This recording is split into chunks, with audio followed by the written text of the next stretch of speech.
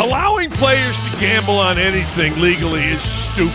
We are not talking about education. We are not talking about anything other than money, and that's unsustainable. You're a college athlete, and it's stupid. What do they always say? They don't build them damn casinos going broke. These are the people we got running college sports now. We want to know why this is shit. Anybody think that's a good idea should have their head examined. If that's not the stupidest shit. And he ain't wrong. You tell me why. Why you want to allow this. Allowing players to gamble on anything legally is stupid. No, it's just stupid. You're a college athlete, and it's stupid to allow college athletes to just bet on professional sports. The NCAA is allowing that, and that's just dumb. I mean, honest to God, this goes back 20 years ago when I was perusing the sidelines at Bowling Green State University, and I used to go to fraternity and sorority houses on Sunday nights. And I'd bring my son, my daughter, they were little, bring them with me, and let's go. Try to get kids to go to games. And I remember kid asked me, hey, coach, man, you guys got so-and-so tomorrow. Here's the spread. What do you think? And I go, man, if you're dumb enough to bet, you're going to be poor your whole damn life because you ain't winning. Look, I understand that somebody may want to say, what's the big deal? It becomes a big deal. It is addictive. It is very addictive. You lose money. What do they always say? They don't build them damn casinos going broke. They don't build those big old structures. They're not having Celine Dion there every freaking night at the Copa or the freaking Caesar's Palace. It's flat out stupid to have kids gambling. To give an inch, well, it's just professional. It's not college. My ass. I gamble. I do damn near every night. And you know what? I know as an older guy how to do it. Now, I didn't when I first started. I'm like, oh, $100 on this. Oh, this is going to hit. No. And parlays, let me get real with you. Parlays are the biggest thing that kids want to do. Oh, man, I almost hit a 16 parlay if so-and-so had hit a home run. Uh-huh. Yeah, I almost have hair. I'm almost handsome. Nah, stop. It's the dumbest thing the NCAA can do, but what have I told you? I've told you since we started this show, and actually since before starting this show, everything is about the appeasement of 18 to 23 years old, and that is incredibly stupid. Stupid.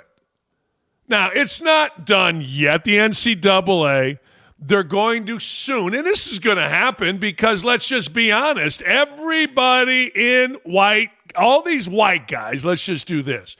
In the NCAA over here, and all these coaches and all these athletic directors, they all are in pocket of 18 to 23-year-olds. Every one of them.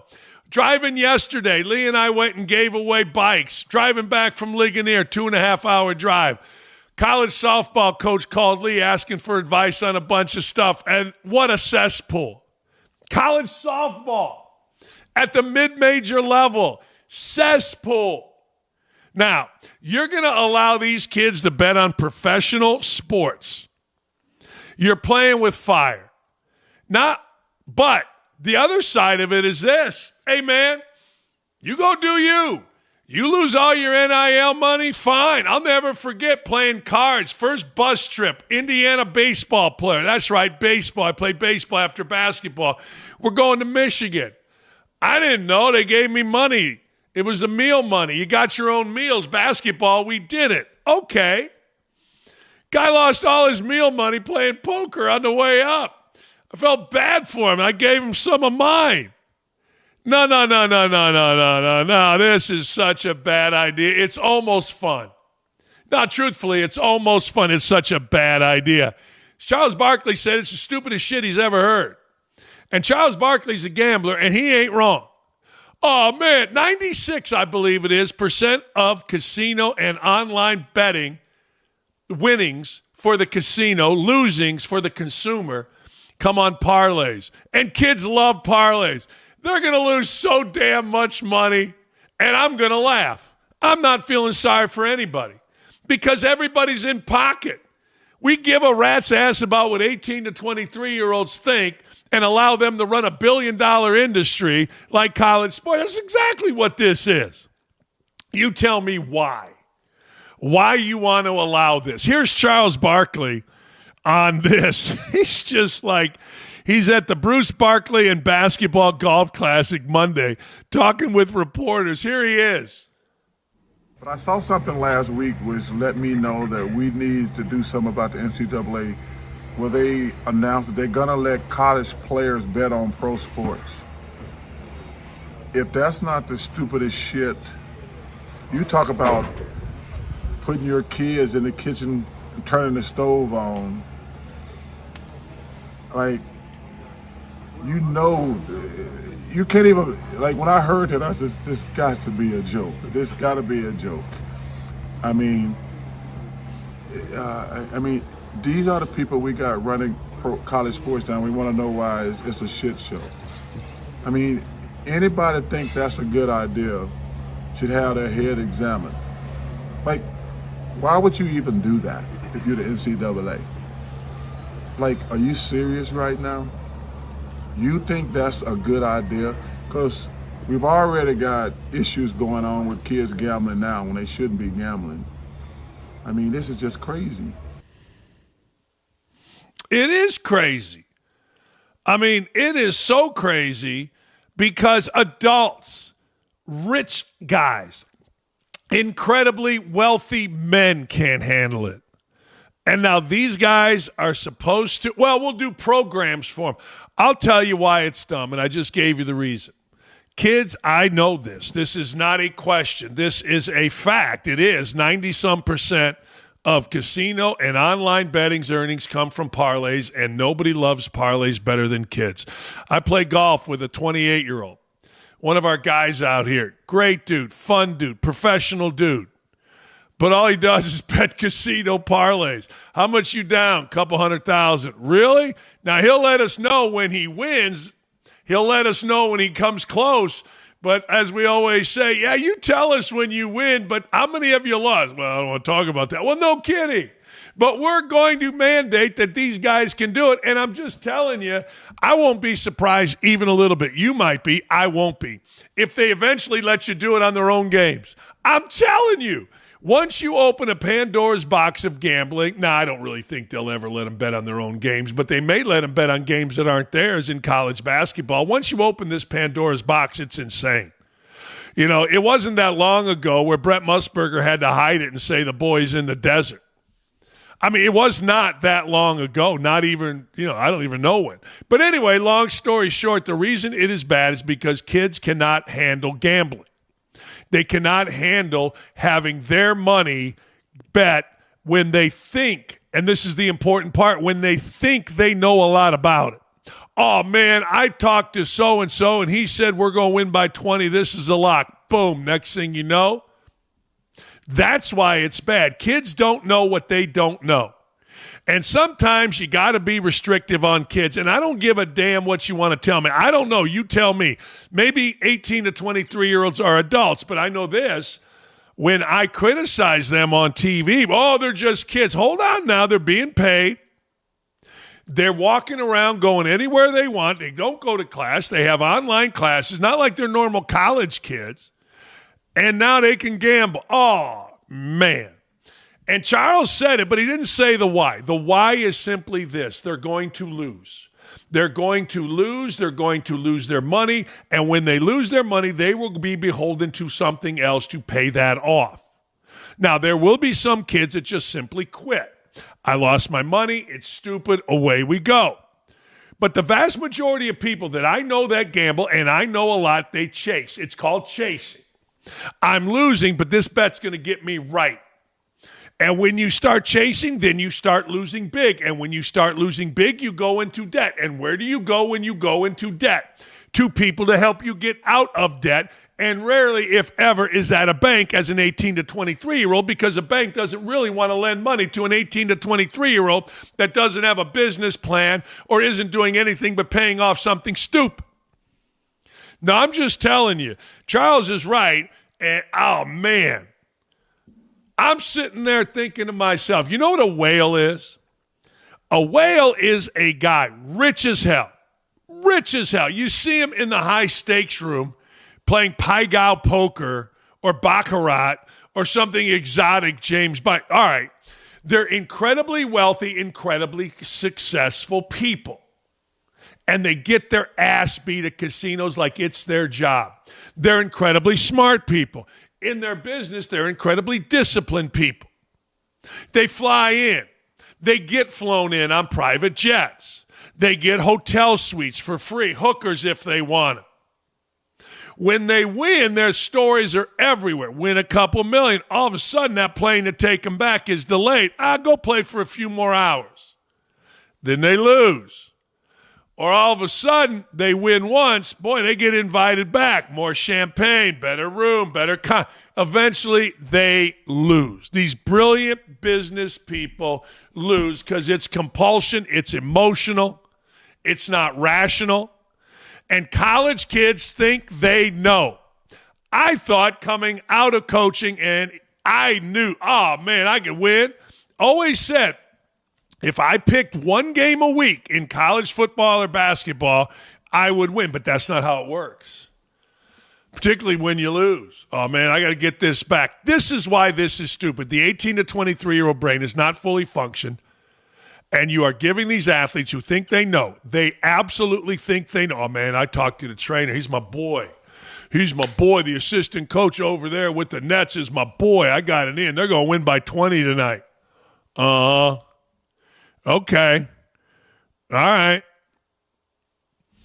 It's not passed yet. It's not. But the vast majority of people believe it is going to pass. It is so stupid for kids to be able to do. Now, maybe I talked about this before, but I had a chance to think about it now. Let me read you a little bit. Earlier this month, the NCAA Administrative Committee adopted a new policy that removes a longtime ban on wagering on sports, specifically college sports. In order for the policy to be finalized, the proposal must be approved by Division II and III levels. Both are set to consider it during meetings. If the proposal is passed, it'll take place right now, November 1st. As things currently stand, college athletes, coaches, staffers are barred from betting on any sport the NCAA sponsors. The new policy would change that and allow athletes and staffers to gamble on pro sports. At this moment, there are multiple gambling investigations involving 13 players from 6 different schools, some of which the athletes are facing permanent bans. In addition to his comments on betting, Charles gave insight on the impacts of NIL on college basketball.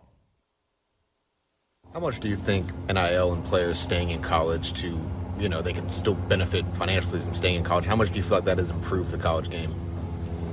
I'm not sure it's improved the college game. I'm not sure it's helped the college game at all.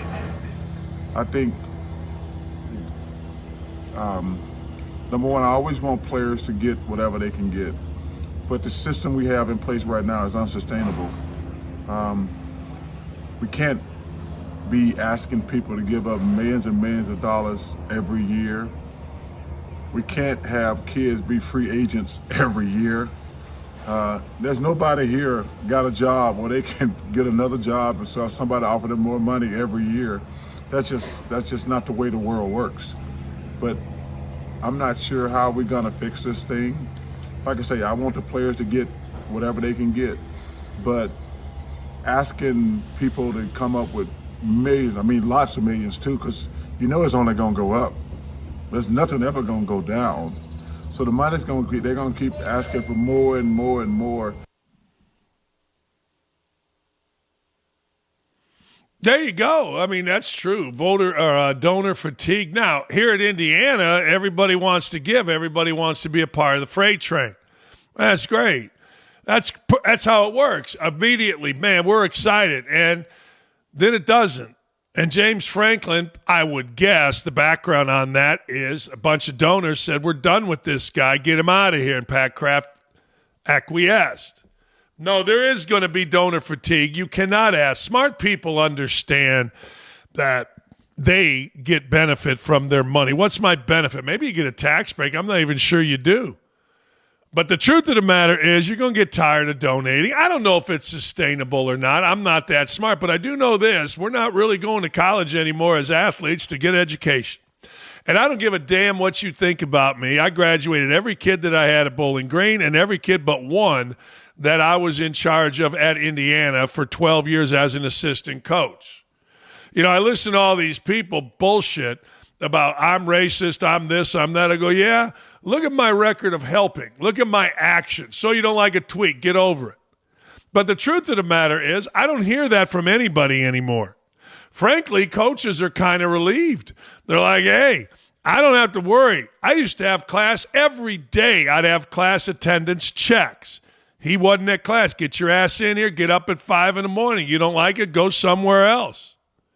I mean, I'm just telling you right now, we are not talking about education. We are not talking about anything other than money. And that's unsustainable for colleges. At some point, students, maybe faculty, are going to rise up and say, wait a second, what the hell are we doing here? Or maybe not. Charles talking about the transfer portal. Now, this I can get down with right here with Charles. Well, my biggest problem is the transfer portal.